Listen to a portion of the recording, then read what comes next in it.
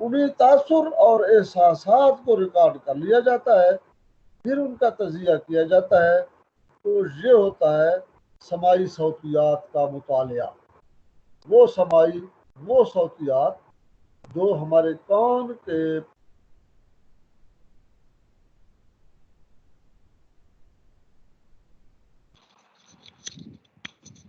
سر آواز نہیں آ رہی ہے۔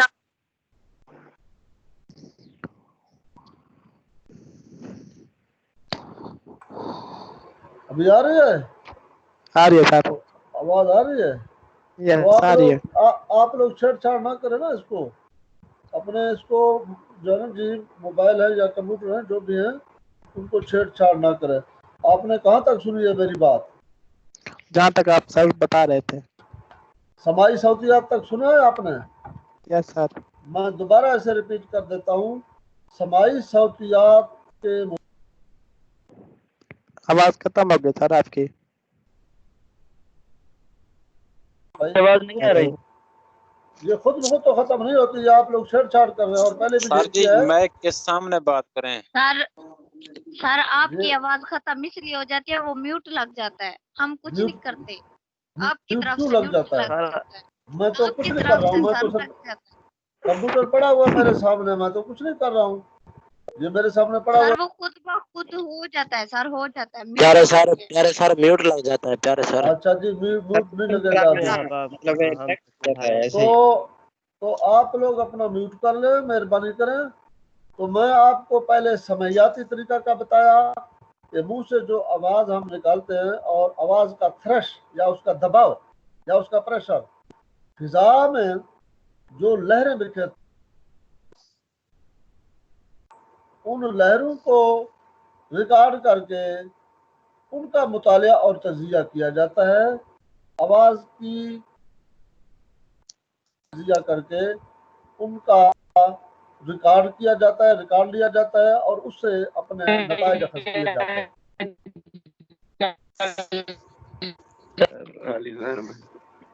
جبکہ سماعی طریقے میں طریقہ کار یہ ہے کہ آوازیں جو منہ سے نکلتی ہیں ان کا ہمارے سماعی کا ہمارے کان کے پردوں پر جس قسم کا اثر ہوتا ہے، جو احساس ہوتا ہے، جو ہم محسوس کرتے ہیں، جو دباؤ ان کا پڑتا ہے، کوئی چپتی ہوئی آوازیں ہیں، کوئی نرم آوازیں ہیں، کوئی سافٹ ہیں، کوئی مدر ہیں، کوئی ردم والی ہیں، کوئی مترنم ہیں، جیسے بھی آوازیں ہیں ان کو ریکارڈ کر کے ان کا تجزیہ کیا جاتا ہے، تو وہ آوازیں، یہ تجزیہ، یہ سماعی صوتیاتی لسانیات کا مطالعہ کہلاتا ہے۔ تو یہ دو باتیں آپ کو میں نے آج بتائی ہیں کہ زبان کے صوتیات کے آوازوں کے مطالعے کے بنیادی طور پر دو طریقے ہیں، پہلے سمعیاتی طریقہ اور پھر سماعی طریقہ۔ سماعی طریقہ کون سے یعنی سماع سے تعلق رکھتا ہے، سمعیاتی طریقہ کا متعلق یہ ہے کہ سماع میں ہم کہتے ہیں نا فی السماء فی الارض، سماع میں نا فضا، فضا میں جو بات لہردار صورت جی میں، فضا میں جو بات سر جی آواز نہیں آ رہی۔ آپ لوگ شرارت کر رہے ہیں اور یہ شرارت سے میں اس کو بند کر دوں گا، آپ جانے، اور آپ کا طریقہ کار میں رپورٹ کر دوں گا پھر، اور یہ اس قسم کی سر شرارت جی آپ ہم کریں گے، کیسے کر سکتے ہیں یہاں سے؟ یہ کر سکتے ہیں، استاد ہے آپ لوگ، میں جانتا ہوں۔ اور نہیں سر، یہ سسٹم کا مسئلہ ہو رہا ہے سر جی۔ میں آپ کی حاضری بھی نہیں لوں گا پھر اس طرح، جو ہے نا جی کہ آپ لوگ کتنے حاضر ہیں، آپ کی حاضری کو آخر تک میں ریکارڈ کروں گا۔ اور گزارش یہ ہے کہ سماعی اور سمعیاتی طریقے، اب سما جس طرح ہم کہتے ہیں سما، فی السماء والارض یعنی آسمان میں یا فضا میں، اور سر جی پھر سے میوٹ ہو سماعتی گیا۔ ہوا، ہاں میٹ آپ کر رہے ہیں، مجھے آپ کی شکلیں بھی نظر آ رہی ہیں جو میوٹ کر رہے ہیں، جہاں تک سمجھ آئی نا جی، میں ان کو رپورٹ کروں گا، میں یہاں نوٹ کر رہا ہوں ان کو، ٹھیک ہے نا جی۔ تو عالی جناب ایک اور طریقہ بھی ہے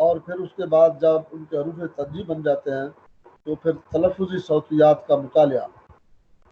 یہ بنیادی باتیں، یہ چیزیں آپ یاد رکھیں. یعنی 3 سٹیجز پر ہم کسی بھی زبان کی آوازوں کا مطالعہ کرتے ہیں: سمیعاتی صوتیاتی مطالعہ، اور سماعی صوتیاتی مطالعہ، اور پھر تیسرا تلفظی صوتی مطالعہ. اس تلفظی صوتیاتی مطالعے کے بعد ہم، جس طرح کہ میں نے بات کی ہے کہ اعضائے تکلم سے جب ہم مدد لیتے ہیں تو وہ ہمارے اعضائے تکلم کون کون سے ہیں کہ جو علم صوتیات کے مطالعے کے لیے بروئے کار آتے ہیں یا ان سے مدد لے کر ہم کوئی آواز نکالتے ہیں. کوئی بتا سکتا ہے اعضائے تکلم میں وہ 9 کون سے اہم اعضاء ہیں ہمارے جن سے مدد لے کر ہم اپنی آوازوں کو نکالتے ہیں؟ کوئی ایک بتا سکتا ہے؟ زبان ہو گئی، ہمارے اشارے، زبان ہو گئی، آنکھوں سے، بالکل زبان ہو آنکھوں گئی. سے اشارے ہیں، ہمارے ہاتھ ہیں اشاروں سر. کا کوئی تعلق نہیں ہے علم صوتیات سے. ہاتھوں کے اشاروں کا علم صوتیات کے مطالعے سے. ہاں، دوسری جو ہے وہ تالو، آپ نے منہ میں موجود تالو. بالکل تالو ہے. دوسری بات جو ہے نا جی، آپ نے تالو کی بات کی ہے، وہ بھی بروئے کار آتا ہے. سر ایک سوال تھا.